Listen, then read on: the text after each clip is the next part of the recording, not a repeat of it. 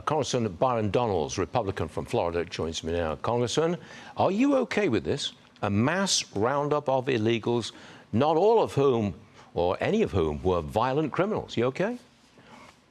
Yes, this is what the president won his campaign and his mandate on. Stuart, Joe Biden let in more than 10 million illegal aliens from 184 countries. The reporter just said about 30 of them were from South Korea. And so this is not just a Central America, South America issue. This is a global issue. Joe Biden opened our borders. We cannot hold all these people in the United States. And if you have a job site where that many illegal aliens are on the job site, what that's also doing is depressing the cost and the value of labor of the American people.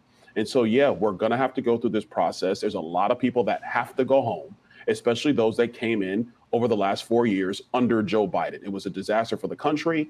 That's why Donald Trump has a mandate to do this, and he's going to see it through. But would you favor any kind of carve-out for a specific industry, like farming, for example?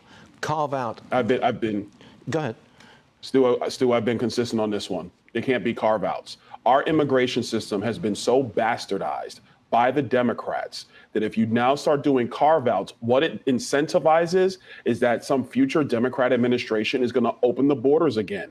What that's going to do, it's going to actually make budgets in every community in our country tougher because you're going to have more illegal aliens in our country who are in the cracks getting public assistance. It's going to make the cost of labor actually go down, because you'll have illegal labor in the United States that you don't have to pay as much as you would an American worker. And so those are two of the major issues why you can't allow for illegal immigration to proliferate. If you start doing carve-outs, all you're saying is it's okay that you came in illegally, because now you're basically digging a trench or building a building. It's not okay. It's not right. We have to be consistent with upholding the law.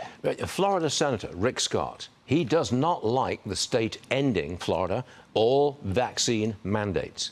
Where do you stand on this? Well, look, I think what happened yesterday is I think the state is even rolling that back some. I think that parents should be the ones making these decisions when it comes to the vaccinations and vaccination schedules. I think something that they should look at is actually stretching out the vaccine schedule. One of the big things, I have 3 sons, and when they were going through the vaccine schedule, you have an infant getting 4, 5, 6 shots inside of their first month of life. I think we should be re-examining all of those things. Do I think they're going to end all vaccine mandates? No, I don't. Because a lot of that stuff has to go through the legislature. We'll see what happens. Take a vaccine like measles, mumps, and rubella.